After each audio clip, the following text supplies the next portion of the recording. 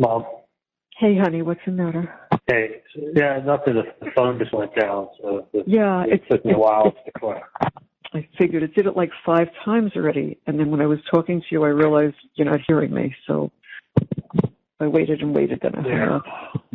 And then I tried to get my PIN number to work, and my PIN number was in use, so I kept hanging up and calling back, so sorry. Oh, I knew it had to be something. So, did you hear the part about Rick and Susan are here? Did you hear that? No, I didn't know that. Okay, so there's a lot of things that need addressing very quickly. And I called Susan. It's a Roman, and it's because certain accounts had to be pulled. Not because we wanted to, but we were forced to. So I needed to straighten things out for Roman, and I had to do it fast. And Susan was very kind, and she and Rick got here about 10 minutes before your first phone call. So they're here, and she's doing all kinds of paperwork with Dad, and I'm doing some other stuff with, we're going to get everything straightened out, okay? It has to get done, and unfortunately there's a time on this, which I wish wasn't the case. I'm sorry. I don't even know what to say. There's nothing to say.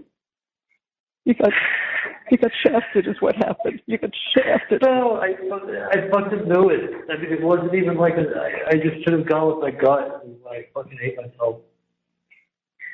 It wasn't even, it was literally like, you get an appeal, 1 in a million, go get a fucking new retrial. Most people who get a new retrial don't have a case like mine.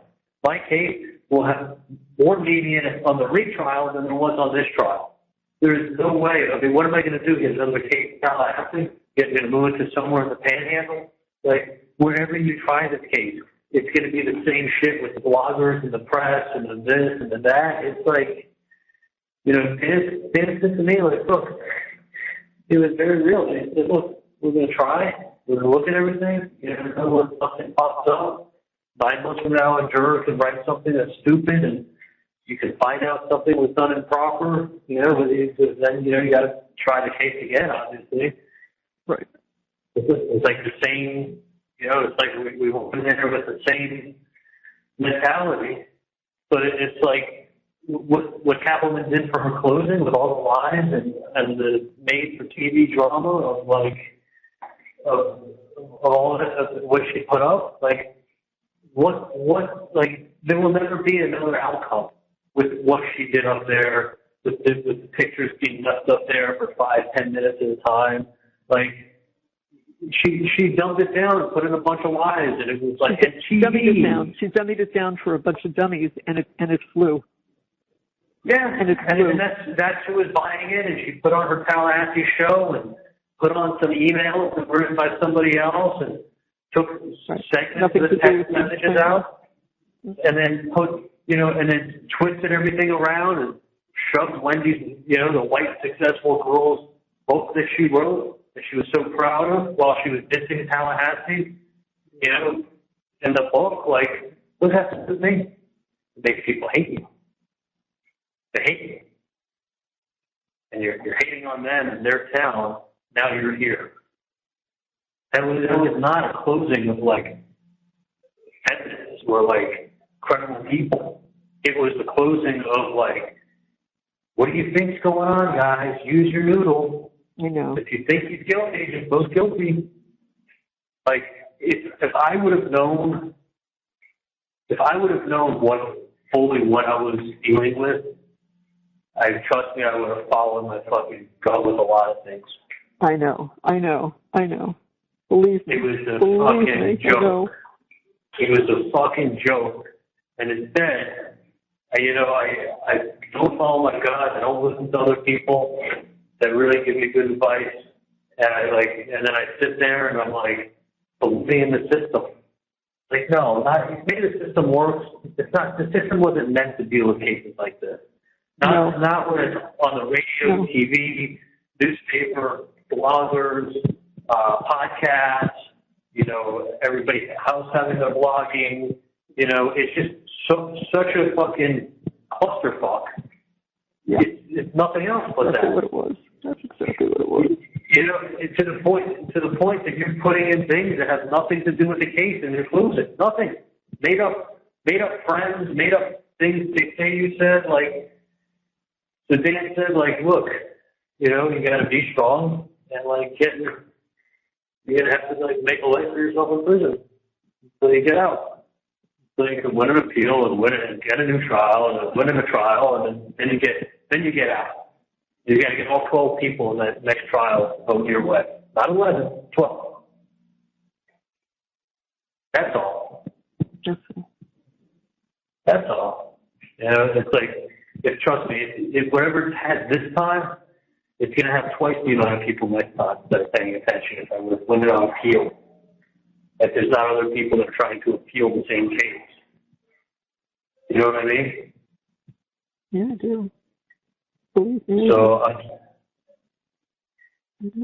I just feel like I feel partly like a fucking idiot for not going with my gut instinct. Believing, I know.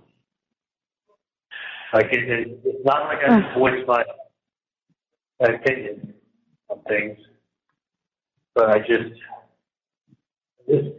fine. I just go in and out, like just go, you know, couldn't go making me go crazy in this fucking cell. I know. And then I think about it, and I'm fine, so I think about rolling. I think about other things, and I just lose it. Yeah, I mean, of course. I understand. It's like I called up Janet.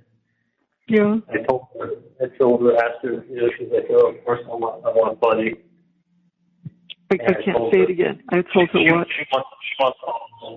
She wants them. And I said, no, I'm not kicking you out of the house. I said, I just need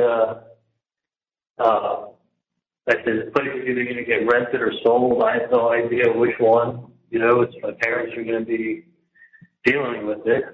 But she's like, well, when I move out, I won't want to take one of these 2 TV sets. I go, Janet, don't take the fucking TV set. I'm like, if you're going to leave a wall, then you're going to go put a TV set on. I'm not buying a TV set. Like, go buy a TV set for $500. You can buy a 60-inch set these days. Yeah. Not a TV. I'm like, you got to be kidding. Yeah. Yeah. I thought she was kidding when she first said it. Seriously. I think she was serious. And I'm like, Janice, like, it's got brackets on the wall. Someone's going to walk in. The place has to be shown. It's either going to be rented or sold. It has to be staged. You can't just pull stuff off the wall. Exactly. Ooh. I thought she was kidding. She was serious, but I set her straight. She understood when I said, like, the place can't look looted. You know, it has these big brackets on the wall, just they're used TV set. Get yourself for $500, you can buy a 60-inch set. So she understood. But I said, listen, I'm not kicking you out of the house. You know, I said my parents will probably reach out to you by maybe Friday or something. Or I said, if they don't call you, I said, you call them. I told her that you got the seat cushions at Jerry's patio. I guess we probably already paid for them, right? I did, but, you know, I could send her a picture of the paperwork and she can go get it.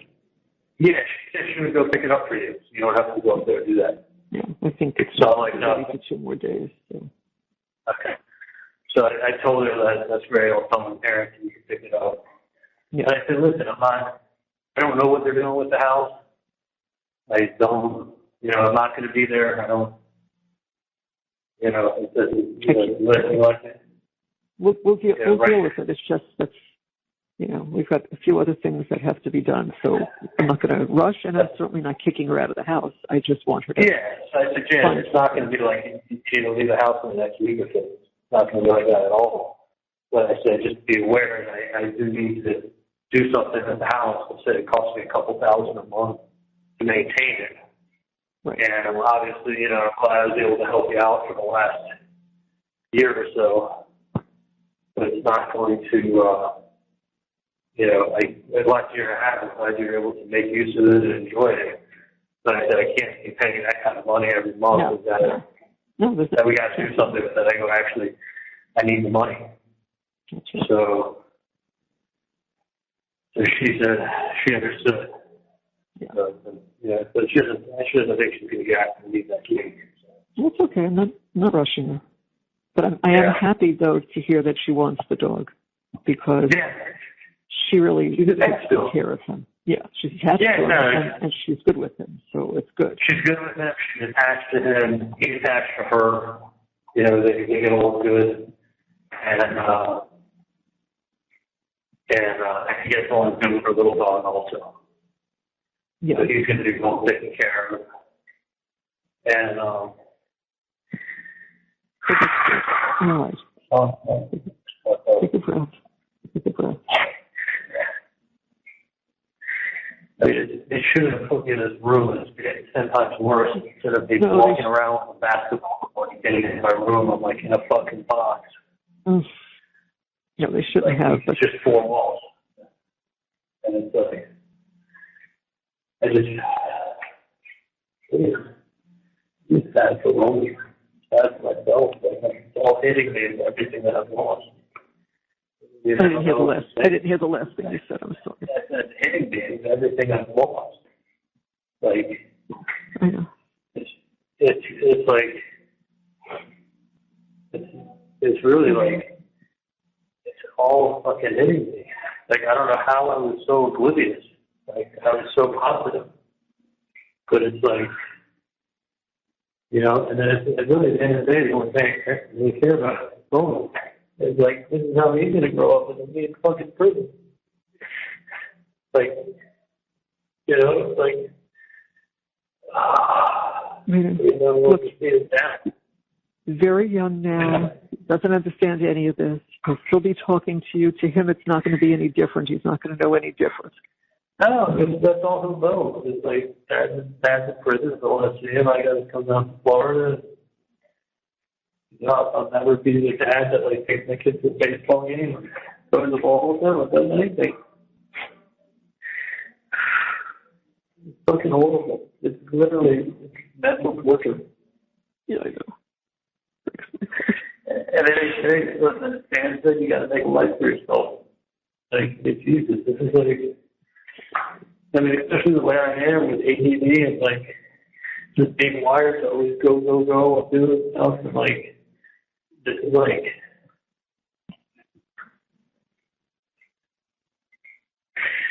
it's insane. I know it is insane. It's like almost fucking nightmare. Like, I would rather be. I know what you'd rather be. Just take a breath because it's going to take a little time for you to get out of this place. I'm sorry that things haven't moved you. You may not even get moved till tomorrow at this rate. I'm hoping tonight or tomorrow that Sergeant really come back around. But it's like, I haven't talked to him since like stuff out. I mean, and the thing is like I had it in my head, like all this plans I was going to go do and see and start my life over again, and it's like, and everyone was saying how good everything was going, and everybody's so upbeat, and then I sat there with a 2-hour presentation, and I'm like, what the fuck is this? Like, it was Dateline. She told it like a story. She put together Dateline. Dude. Like, dude. No, you know, you can't, like, that was the whole case. I mean, it was done after that. Done. I turned to Kate and I go, Kate, this is not good. That saw the look on her face and she shook her head. Like, she knew what they did. They fucking lied, dummied everything down, exaggerated everything, shifted the focus. Lied and twisted. I know what she did. We watched every second. Every time I was sitting at the table, Dan kept saying, like, during the trial, he goes, they don't get it. They don't get it. It's not that they didn't get it. They didn't want to admit to what we were saying because they would have to confront it. So they were just, like, talking over us. It was really weird. It was like every time we said something, they just ignored what we said. Yeah. You know, it was... That's what it seemed like. I mean, people who saw Dan closing all said, "Oh my God, amazing, amazing," and then she went on and really said nothing of value, just a lot of crap. Just push everything aside, push it aside. Yeah. But like beyond a reasonable doubt, like you got to pretty much in a case like this, you got to know what happened if you're going to say this is what happened. Like you got to prove that this is what didn't happen. Not like, oh, I think the Chiefs are better than the Dolphins. Okay, then vote for the Chiefs. Like you got to know. You don't know if you weren't there. It was like if I would have, all I could say is if I would have known. I'm not a lawyer, so I don't know, but I feel like people who have more knowledge than me did know. If I would have known that this is what I was walking into, I know. I would have. I know what you would have done. I know what you would have done. A whole lot differently. I really thought it was a fair shot, and like, you know, I intended that. And when Willie Meggs came out and said, "What you have here is not evidence. If you want to wrestle with what you got here now, go get ready for your civil suit." I mean, I thought that was a pretty strong language for someone who's been doing it for 43 years of the evaluation of a bunch of emails and nonsense. Like, I didn't realize that can be spun into put the statement on with autopsy photos. I know. It's like fucking insane. I mean, if I just wish I wasn't so positive and in such a mindset of like it's the whole opposite. Like, what the fuck was I thinking? The same thing we were all thinking. The same thing everybody was thinking because we saw what was going on until the end. Until the end. Yeah. I mean, like literally, like it was like everybody was. It's almost like she knew she was losing, and then she pulled this out and just was like, "Here, like, a bunch of third graders will eat this shit up. Look at what they're shitting on Tallahassee. Look, she wrote a book. You know what she said in that book? You know what the name of that town was? It was a little town in the middle of nowhere. Like, and then she even went and quoted the hero. When he said, but she's like, even his own sister said when they asked this, she responded with this. Like, she, you know what she did. She lied, she twisted, she turned, she did everything, and these people couldn't see it. They couldn't see it. I don't know. Or they didn't want to. Maybe they just didn't want to. She's their savior, Tallahassee, coming in. The good folks of Tallahassee versus the bad folks of Miami. The bad folks of Miami. Good folks of Tallahassee. Anyway,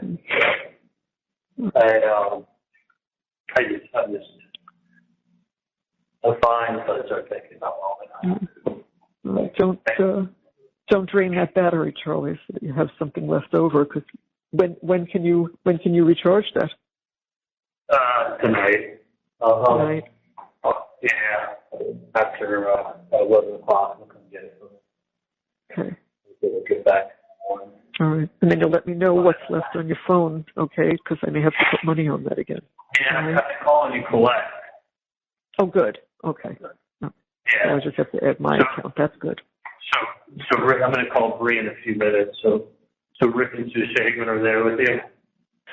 Yeah, they're in the other room with Dad, and I'll go back in there because, as I said, she's working with Dad, and I'm doing stuff with Rick that has to get done. So. And you're setting everything up for Roman? I am.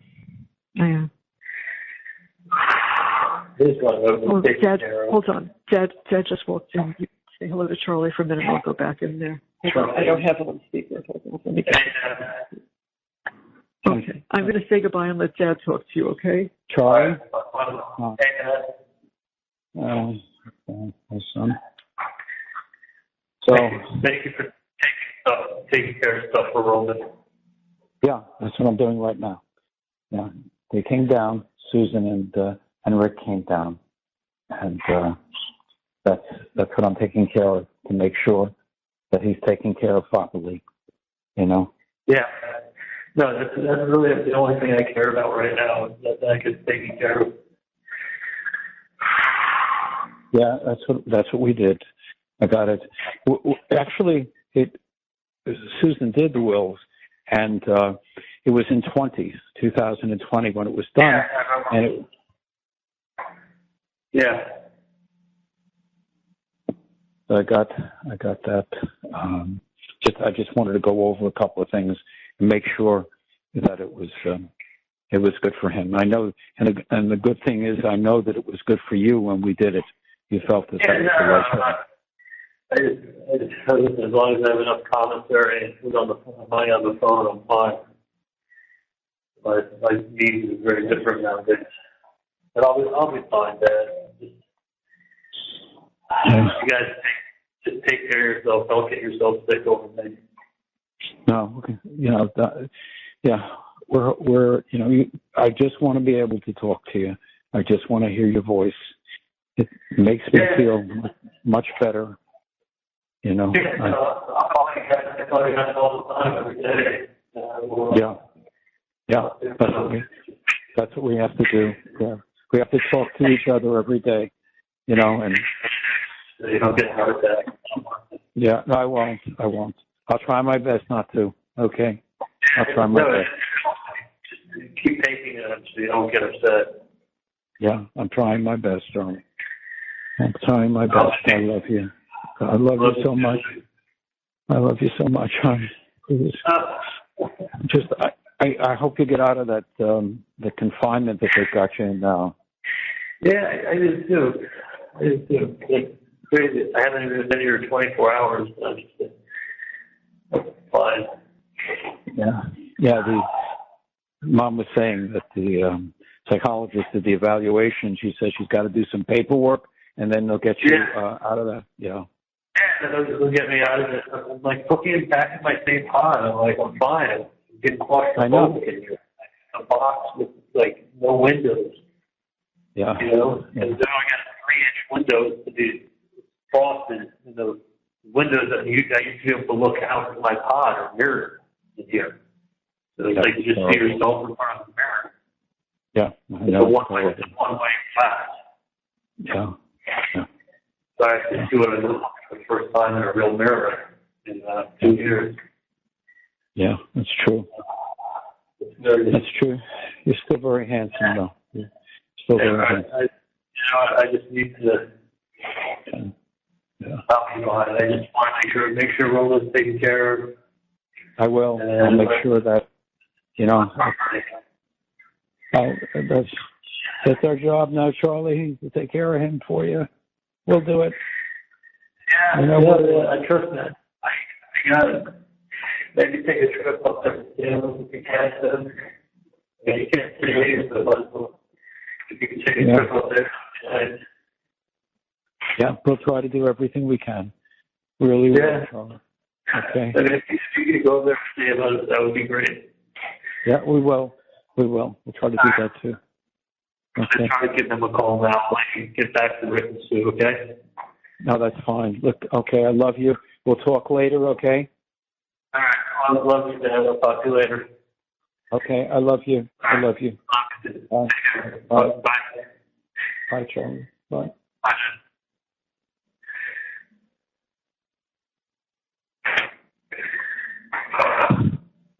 Okay, bye, Charlie. Take care. Talk to you soon. The caller has hung up.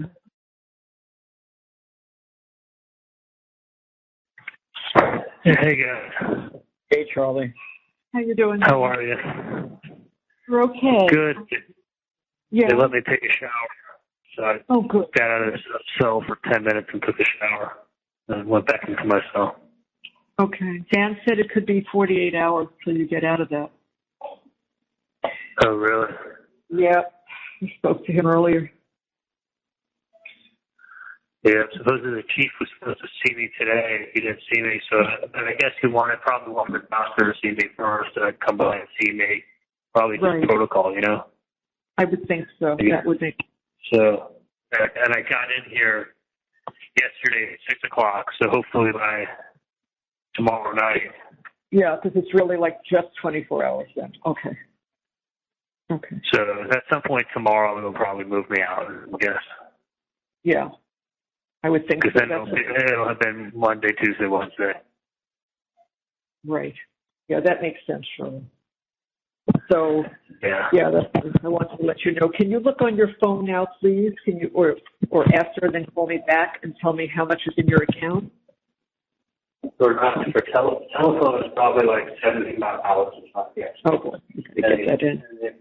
Well, no, because I had $13 and you put on 100 the other day. That's probably my first. I've been on the phone a bunch. I got 75 on my commissary. 75. Do you need commissary money? Yeah, put 100 on the commissary and 100 on the phone, and then I'll be good for a while. Okay, 100 on the phone. Okay. All right, got it. Yeah. So that's Sue's space for a while. They're wonderful. They ate nothing. They had a glass of water, and they stayed here from the last phone call you made to me. They left, what, about a half hour ago? That's it. Maybe 30, 40 minutes ago. Yeah. They've been here hours and hours and hours. But they truly helped tremendously, especially Susan. So, yeah, that was good. That was good, Charlie. So trust me, everything is fine in that regard. Yeah. So all straightened out. All straightened out, all taken care of. I feel better. That makes me feel better. I thought so. So, yeah. Roman's going to be fine. Bree's going to be fine. She'll be able to take good care of him. He'll have everything he wants or needs. So, you've done that. She's done that. Big time, way over the top even, that needed to be done. Yeah. So he's fine. And I didn't talk to Bree today. I think she texted me once, but I'll talk to her tomorrow. Really, so many people are calling and I'm not taking calls, so just don't feel like it. So really, I only called Rick and Sue because we really, really needed them. And other than that, I only talked to you and Dan. So for the next couple of days, I'm sure. Yeah. You better off make sure you're taking some Xanax. You don't stress out too much. No, we're good. We're taking what we need and we're good. So only care about you. I'm a little better. I'm fine. I guess the big thing I guess is moment. Outside of that, I handle everything pretty good. I know that. And in time, because he doesn't know where you are, he's going to be okay, and it will get better. It's just right now, it's just 24 hours old. It's just too fresh. Too fresh. Because I got to deal with this all in 24 hours. Like, I'm fucking shocked. Like, it's a shock going from Sunday to today. Literally, Sunday I'm giving away all my food and like feeling like, you know what, everything came in the way it should have. Dan is the expert at closing. Closing is his specialty. You're going to go in there and kick some ass. And like, it was Wendy's book making fun of the people of Tallahassee as a small shit town on the way to her big time Miami. Like, it was holy shit. Nonsense. It was stupid nonsense. It was just nonsense that they did. It wasn't the case. Like, it wasn't the case. It was a big running special with horrible photos that would make anybody sick and angry. And then cut and paste things out of context. Like, sentences have no meaning when they don't have a context. Like, what was said before and what was said after. Otherwise, it's just words. Like, is there an explanation? You're not giving an explanation. You're just cut and pasting words that look bad. Like, I gave an explanation. I gave context. I gave meaning to what I was saying. Like, they're sitting there. Yeah, they're sitting there going, Donna's got crazy emails. Wendy's writing a book. And what is the name of that town? Like, how do I know she picked it? And what does it have to do with anything? Because it showed that she was like, thought she was so smart and so much better than everybody else, and putting Tallahassee down as a small stop on the way to civilization. Like, she's leaving Tallahassee and she's going to Miami, and she's foreshadowing it in a book, and she's making fun of you people from Tallahassee. and look at these crazy emails. And there's code, there's a TV, there's no fucking TV code, but TV. Like, holy shit.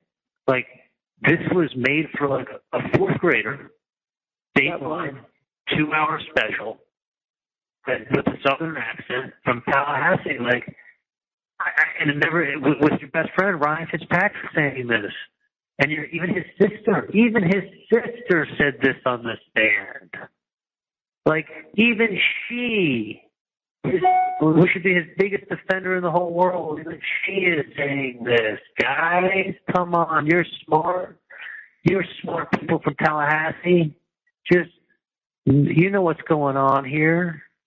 Y'all know what's going on. Like, I turned to Kate and I go, this is not good. This is not, I never in a million years pictured it being a show. I know. And as far as what Dan did, it was a brilliant closing. It made sense. It was organized. She belittled it, and she came back and she said, it's not like puzzle pieces. It ain't puzzle pieces, guys. You know what's going on here. She's writing a book. She doesn't even believe her brother. Listen to what she said. She didn't say she didn't believe him. They're making that up and then putting that in there and then taking a few words out of context and making it out to be like, hey, look, even she doesn't believe him. Come on, Tallahassee people, you're smart. Like, this isn't like, what I saw there was like, holy shit. Like, these people are going to eat this up. Like, this is, they would have convicted my dog if they brought my dog up there. No, what happened, Charlie, is that nothing mattered. Nothing mattered. They didn't care. It's also the way it was presented. It wasn't like they were presenting facts of the case versus facts of the case. No, they didn't present facts. They even said, like, our key witness, you don't have to believe her. Well, who the fuck else are you going to believe if you can't believe the key witness? Like, you know, witnesses, real people showing up, asking questions, seeing if they're truthful on the stand. No, that don't matter. Look at Donna's emails. Like, Charlie's buying his dad catering for the birthday party. Like, no, it must be something else.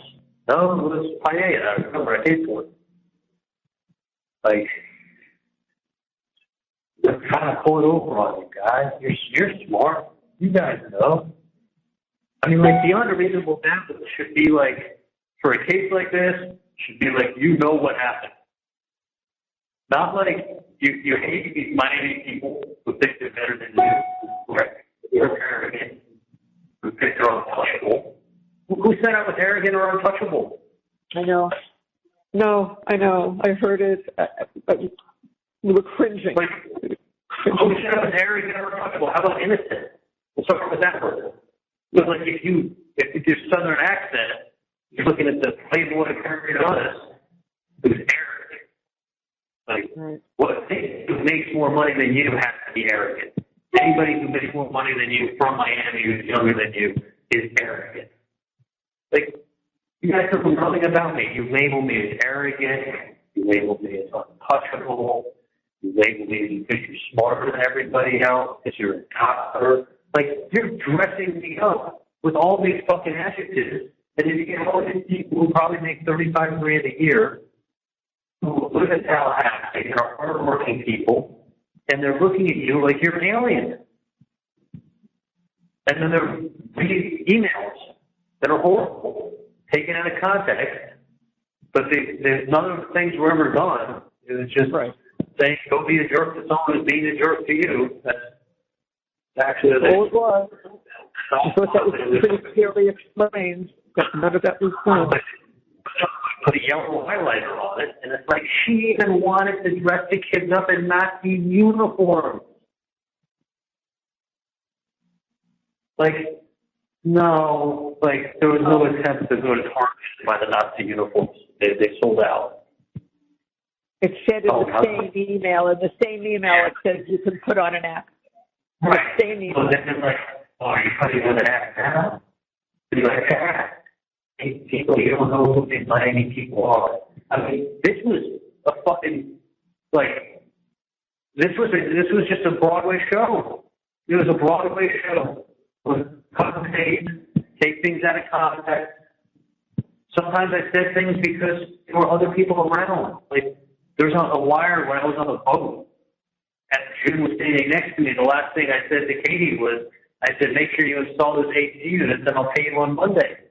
I said that because I didn't want June to know what the hell I was talking about. And I wanted to sound like I was ending the conversation talking to Danny, he was always charging me for an AC. Oh, doctor, one of the AC units went out. I had to go put it in. No, he was stealing $400 from me. But like, I ended on that tape, I go, make sure you install the AC unit on Monday and I'll pay you when I see you. Because I wanted June to think I was talking to Danny, the repairman, on the phone. Like, so sometimes you say things because someone's standing next to you. Of course. Sometimes you say things because you're standing in an office. There's assistants, there's front desk. You don't want them to hear certain words and know what you're talking about. Like, there's different reasons. Like, it's not a hard concept to understand. It's not always, not always the most negative answer you could possibly think of. I mean, you gotta understand, like, I know how hard Dan worked on this case. And like nobody else would have done. Trust me. No, he dissected everything. He worked like a maniac, dissecting everything. Spent a lot of time with me, going over all the information, keeping me up to date with everything, let me give you an update.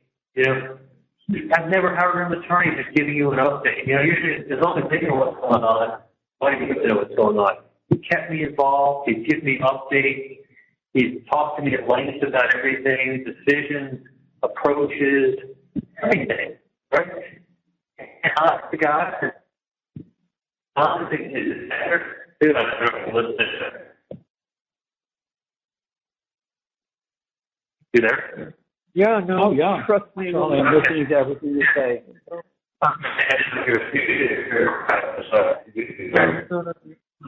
Honest to God, if Bubble came up to Tallahassee, at the end of that 2-hour Dateline special she put on in the courtroom, Bubble was in trouble. Yeah. Yeah. It put these people in a mindset that it was, they think they pulled one on you, Tallahassee. What she wrote in that book, it made it seem like she was planning everything. Yeah. But what was the one thing they said that Wendy let the boys finally see their grandparents because she knew it wasn't going to look very good when she came to trial if she didn't. Like, I don't know, but I have a feeling that's not why Wendy was letting the kids see the grandparents. But she knew it wasn't going to look very good for her. She didn't let them see them. So she just let them see them. You know that. Make herself look better. It wasn't reflected on her. So and then what was it they said? They said they were going to arrest me sooner, but they thought it would interfere with the grandparents' first visit with the children. So they delayed my arrest. Charlie, you were arrested 12 hours later. That's exactly why. That's what they did. They knew what they were doing. After the Markells visited the kids? Yeah. Well, I thought but they made it seem like they were going to arrest me months earlier, but they held off because the Markells were seeing their grandkids. I didn't know. I thought the police were just saying that before. No, they saw them on the 20th at about, 3, 4 in the afternoon for 1 hour? Yeah. 4 in the afternoon for 1 hour at a where was it? At a local eatery. Wendy brought friends of theirs, is a very big guy who had a kid the same age as Lincoln. She brought him with her so that she felt a little more comfortable. And the boys, because I asked her, I obviously wasn't there, and I said, so how did it go? And she said, it was the strangest thing because she said, I thought they were going to just literally fall all over the boys, fall all over them because they hadn't seen them. And because Lincoln looks just like Danny. Right. They didn't hug them. They didn't kiss them. They spoke to them. They asked them about school and things like that. And Wendy said, barely an hour, and they were done. You know why they did it? They did it because it looked good for them. Because they could have cared less. They were totally disinterested. And then that was the only time that they've seen them since then? Since 2016, when they wrote that letter, the foster care letter. Yep. That was it. I thought they'd seen them. As soon as I was in court, I thought they'd seen them a bunch since 2022. No. No. They saw them the day, 12 hours before you were arrested. That's when they saw them. So you think the police wanted to arrest you sooner, but they were holding off on the parent visit? I do. Oh, yeah. I do. Yeah, without a doubt, Sean. Without a doubt. Because once those arrangements were made for them to see the kids, why were you arrested not 12 hours later? You want to tell me why? I thought they went to the grand jury. I guess they went to the grand jury on the 19th, I thought. And then they took it to the grand jury on the 19th. So I guess then a warrant was written on the 20th, and then it was picked up on the 21st. Yeah. So that's probably once they knew when the grandparents were coming in on the 20th. Yes. And bringing it to the grand jury on the 19th. You got it 100% right. That's exactly how that happened. I wish Wendy would have stood up there and said, well, they've only seen them once. They saw them for an hour. They didn't hug or kiss their grandkids. They made no attempt to see him since. But you know how it goes. You have to answer the question. You can't go give a spiel, you know. But Dan could have. He could have. It wouldn't have made a difference. Wouldn't have made the least bit of difference. Look, they have a grandparent bill going through the Florida legislature. Grandparents have no rights. Let's face it. You have no rights. So it's up to the parents to let you see their children, at least in the state of Florida. But I think it's pretty much all over the country. Right. So unfortunately, that's the way it is. So anyway, they see Wendy out to seem like, she's preventing them from seeing the grandkids. Well, how many times have they come to see the grandkids since the last 18 months? Yeah. Well, one time for an hour and then give them a hug and kiss. Yeah. And I guess for some reason I thought they saw 3 or 4 times since. No. In fact, I asked the boys separately from Wendy, how did that go? And they both said it was just weird. Like, we don't know who they are. And they just asked us questions about school. And he said then it was time to go. I mean, it's like they introduced a stranger. And they did it because they wanted to say that they had been to see the children. That was important. So right. For the show. Sure. It's all a show. It's all a show. Photo ops. Remember that? Where they would take pictures of everybody? Yeah. Yeah, with it. Doesn't matter. The point is, that's exactly what happened. They came on the 20th. When I was here in Tallahassee, I saw the Tallahassee Democrat group, Markel, had a book here as well to try to shoot a book signing in Tallahassee. Yes, I know that. Yeah. So I think Dan told me ahead of time, but yeah, I knew that was timed.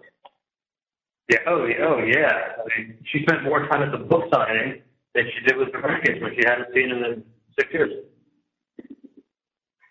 Yeah, I know. I just think there's so much I'd like to say. I know, Shirley. Let me tell you. I know you're in shock, and so are we. And I think Dan is too.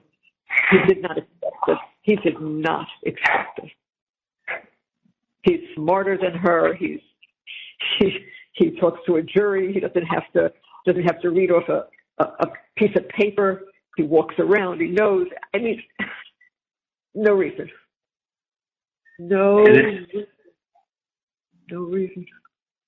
I mean, this was, normally people go to court and they got a prosecutor and they got a defense attorney and they take the facts and they put it out there and like some all extraneous stuff comes in.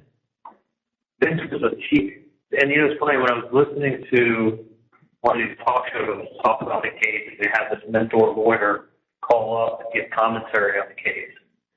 He goes, watching Georgia Cappleman do that masterful closing was like watching the TV production being played before our eyes. She brought it from beginning to end, laid it all out, hit all the high points, told the story. Yeah, that's exactly what she did. She told the story. She told her version of the creative story.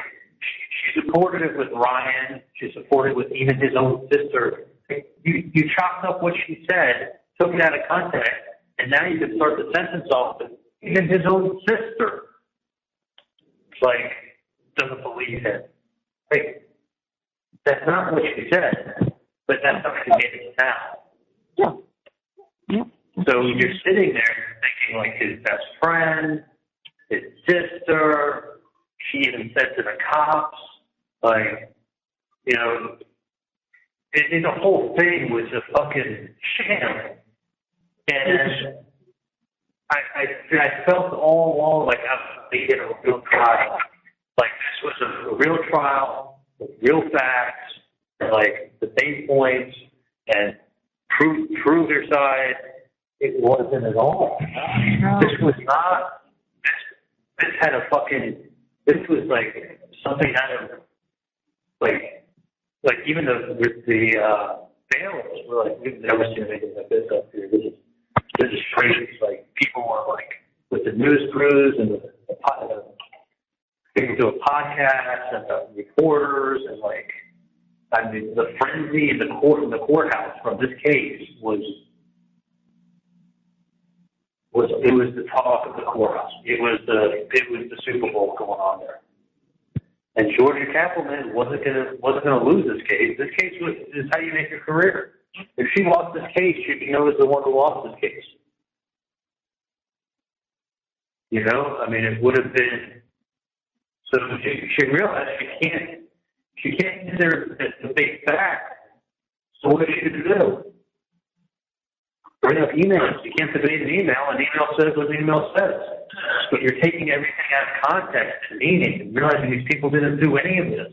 Well, it shows where they're headed. They're crazy. They're crazy about this. Like, I guess once you paint them as crazy, then everything else gets much easier to paint. Like, if any of those things were done, it would have been crazy. None of them were done. They were just personal emails saying, be a jerk to him and he's being a jerk to you.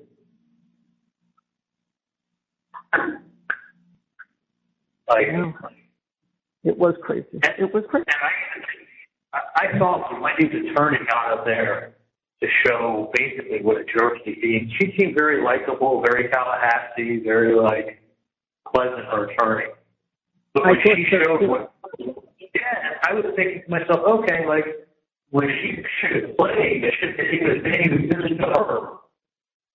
Maybe it would have like resonated with the jurors. Like, okay, like he's pushing people's buttons now. People are being told to go push his buttons. That's it. That's all it was. That's all it was. Ridiculous. An email. Just put that. But the highlighted email, and it's like Donna's crazy emails. Like, holy shit! She's telling me when to do this. Go do this. Like, nothing was ever done. Just saying, be a jerk to him. It would have been better if you just wrote, be a jerk to him, and be a jerk to you. But you didn't realize that people were going to tear it apart.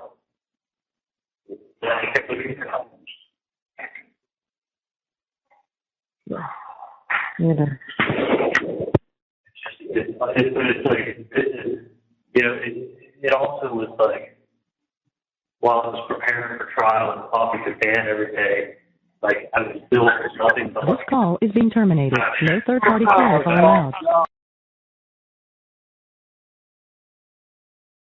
Hey, hon. Hey, Yeah. okay. So I was just saying, like, when I was going through everything for trial and looking through all the evidence and looking through everything, I was literally just filled with nothing but, like, hope and, like, and Yeah. literally, like there was someone wrote on my wall in my cell before I got there. Hope is hell. That's what's written on my cell. Hope is hell. And but I was filled with like hope, and like I talked to Dan every day, and Dan kept me posted with everything, and all the developments, and all the things, the research he did, and found, and like how good things were looking, and how upbeat he was, and like. You know, we got Newman, you know, on the team. Like, we got the complete team. We got the jury consultants, which were important to have for Tallahassee. Like, and he also was able to ask them personal questions about themselves, which you have to be careful because they may not like you, and then they end up on your jury. So it's better that someone else is asking them personal questions about them. That's true. So, and he was excellent. He was excellent. Like, I mean, he really got people talking and, you know, group discussion and like brought out different points, and he was able to do it better than Dan could have done it for sure. Yeah, and that's what... also, yeah, he would have done it better than Dan for sure. And he also could ask more questions that wouldn't upset other people. But at least let them get mad at Dan, not Dan, because they can end up on the jury. But, like, we had a couple of people that would have definitely given me a, listen, juror number 15 was going to, the 15 guy was going to quit me. That was, like, one of the first ones that they X'd off. And then what happened was they X'd them off, and then we had 12 jurors and 2 alternates, and they said, you want to have 3 alternates? And the state was like, yeah, let's have 3 alternates just to run a mistrial. You know, if something happens with 3 jurors, we'll have a third juror, and they go, you want to have that guy on there, have a third, and we're like, fantastic, we'll take him. So he sat there for the full 2 weeks. He's sitting there, and he's like nodding at me and smiling and like totally on our side, like gets it, right? I know. Because he was a white guy that looked like he was about 50. I think he said he was in did something with respirators or something involving medical equipment. It sounded like he had an important job, like worked in a hospital, saw a lot of people. Like, God, he's telling us the jury of my peers. Yeah. You know, not a guy who was a 20-year enlisted sergeant in the Army and now works in the post office, retired Army sergeant that works in the post office. In Tallahassee. He's sitting there shitting on people from Tallahassee. Oh, I'm sure that went over well on a little stop on the way to This call is being terminated. No third-party calls are allowed. Thank you for watching. Please like, subscribe, and turn notifications on so you don't miss the next one.